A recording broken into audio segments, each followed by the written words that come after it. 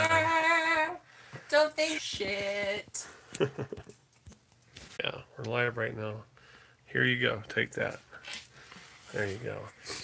Somebody says 6 months yesterday. If you hit 6 months, do me a favor too, because we're still in that transition where, I know we got some last month, we got some from this month, and yeah.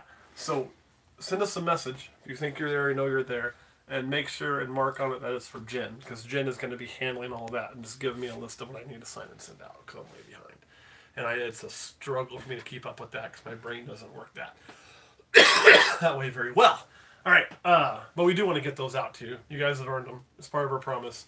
I know I've got one size I have to order, so I'm waiting to see what all we need to put an order together. Because we order a group, it saves us a crap ton of money, to be quite honest. So I try to always order like 20 at a time. Anyway, all right. A few housekeeping items. Again, sorry for the Wi-Fi giving us problems. I'm trying to figure out what it is. My thought is I think I've overloaded the radio. So I just need to make sure some things are off of the 5G. And we want to see the babies again because it was touch and go on YouTube. Absolutely. We can certainly do that for y'all. Second thing is one of you, and I'm just going to go ahead and say their name. I don't think they'll care. Josette has stepped up and said that they'd be willing to help moderate the YouTube.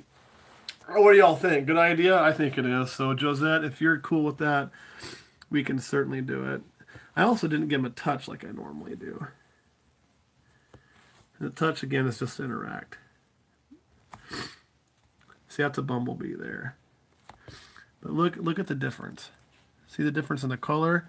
It looks like... Sure on. Did it do it again? OMG.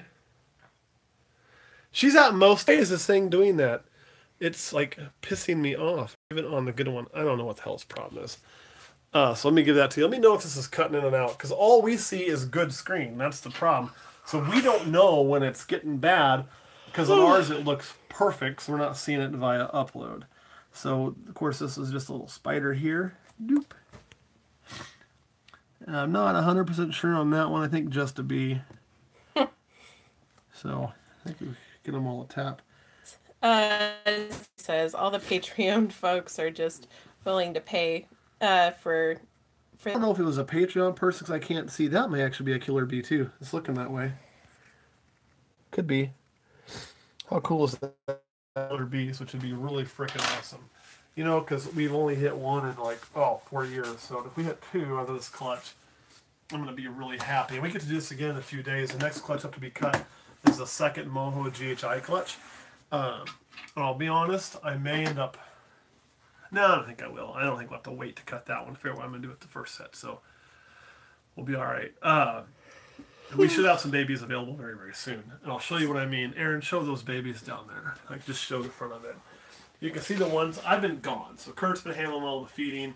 You know, he doesn't feed as many new babies as I do. Like, just different things we do. But all the ones with X's on them have eaten. But you got some that still haven't eaten, and that's kind of what the holdup is. And, yeah. Yeah, that one actually I don't think is even shed yet, but it's healed up. So we're working on that. So that's what's kind of holding us up, just so y'all are aware where we're at on that. But as soon as we get those going, they're going to be available. Well, let's check out the GHI. That thing's awesome looking. I'm really hoping, and make sure to lift up on those when you close them and they won't pop out. That type of time. Okay. Well, comments were coming in and I couldn't read the comments. Oh, we'll read the comments. Yes, thank God for Kurt and Jen. We couldn't go out of town without Kurt and Jen. Yeah, and you know, Jeff, and you've seen Jeff in a few videos, he came here and monitored everything, because Kurt and Jen were out of town with us for a while, because of, you know, he's my best man at the wedding, obviously. And Jen came with him. That's his girlfriend. You'd expect that to happen, right? So they were with us for part of the time out of town, and we had a guy who was going to watch the house, monitor everything, be in the home, and he got some dates wrong on travel with his family, who gave him the wrong dates, so it wasn't on him, and then he had to be gone. And so then we were kind of scrambling, and luckily my buddy took the dogs, which wasn't a big deal. And the reason we weren't going to have them go there originally was so they could stay in the home, because, you know, well, honestly, because Lila was so old, and obviously look what, I mean, with what happened, although that wasn't their fault, that was coming anyway. And I'm glad it worked out the way it did, because our other buddy... it would have been probably too much for him to be able to handle. He wouldn't have handled that well. And with our friends who did watch I mean, they're animal control officers, and they deal One with. of them is an animal control officer. The other one actually works at the animal control office doing all the care. So they both work in that profession.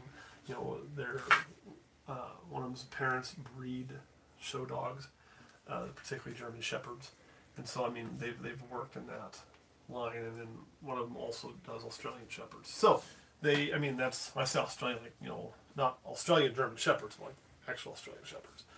So they've lived and worked in that environment forever, and you know they were more prepared for the situation actually with that dog, and when the time came to relay it to me and know what was going to go, whereas my other buddy, I don't think he could have done that very well.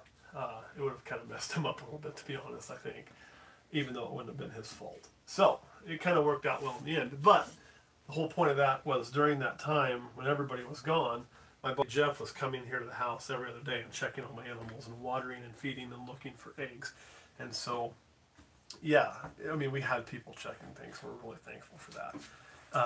Nothing too crazy happened while I was gone. I was worried about these eggs hatching while we were gone.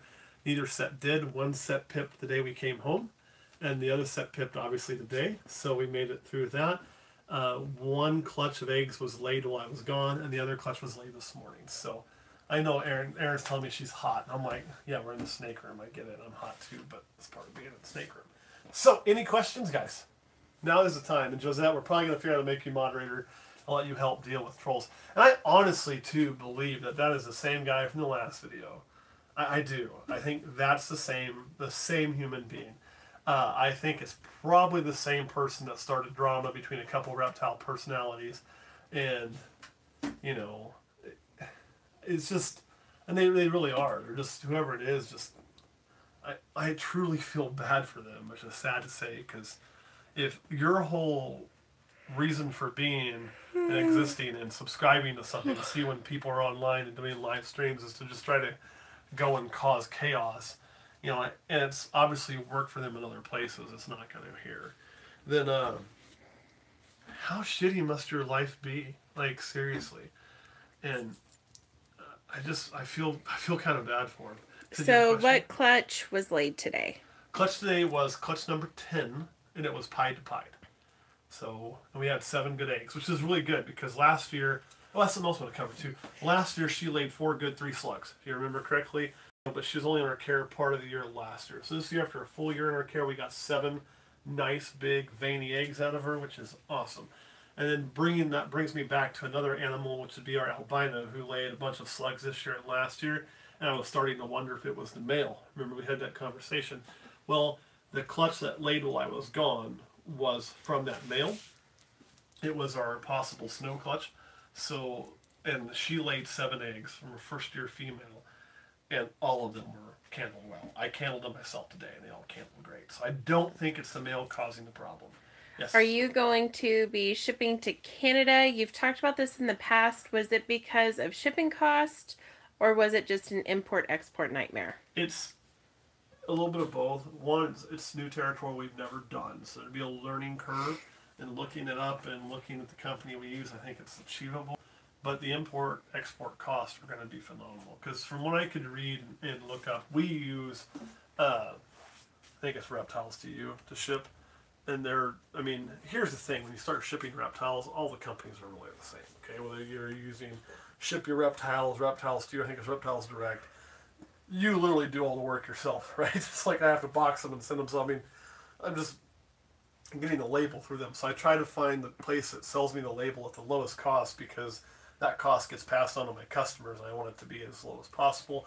And for us so far, that's been Reptiles to You, and we get all of our shipping boxes and things from them as well, and it saves a bunch of money. So in order for them to ship to Canada, what they basically do is I still ship through them, and they take it and they ship it to like someplace in New York, and then some dude has to courier it over, right? Couriers it over the border. And then have an office over there, like Reptiles to Canada or Canada, I don't know what the name of the sister company is, and takes it to them, and then they take it and they ship it to where it's going in Canada. So what basically happens is it's going to be 2 days of shipping instead of 1, which I'm not a huge fan of. And it also is going to be over double the cost, because you're going to basically ship it twice, One of them will be Canadian shipping, which I don't know if that runs more or less in American shipping. And you're also going to have to pay a courier to hand carry it over the border. So yes, it gets very, very costly. The kicker being that, you know, I would be happy to do that if somebody really wanted one of our animals. But before you purchase from me on that, you know, I would definitely recommend you checking out a few of the Canadian breeders. Marcus Jane comes to mind, and looking at their stuff, because you're going to save so much money. And like Marcus Jane makes very high quality animals. Like I wish I could buy from him. So there's that, you know, and I want, which sounds kind of counterproductive, like I'm talking myself out of business. But I am also looking at it from a standpoint of what's best for my customers. So there's that. I don't want to sell you something just so I make money. I want you to get the best animal for your money. I usually believe that's mine. Are you showing the cats now? Yeah, they decided to wander in when I opened the door. She let the cats in in because she's hot. So now she knows why I work in all the time. Any other questions? That's it. All right, guys. Thanks for sticking with us. Sorry, we're having some internet issues. And again, I don't know if it was Wi-Fi this time, like I think, or the fact that the app literally crashed out, and we had to kind of update it. So, but we got it going again. All right, thanks for watching. Catch you next week. All right. What are you two cats doing? Huh?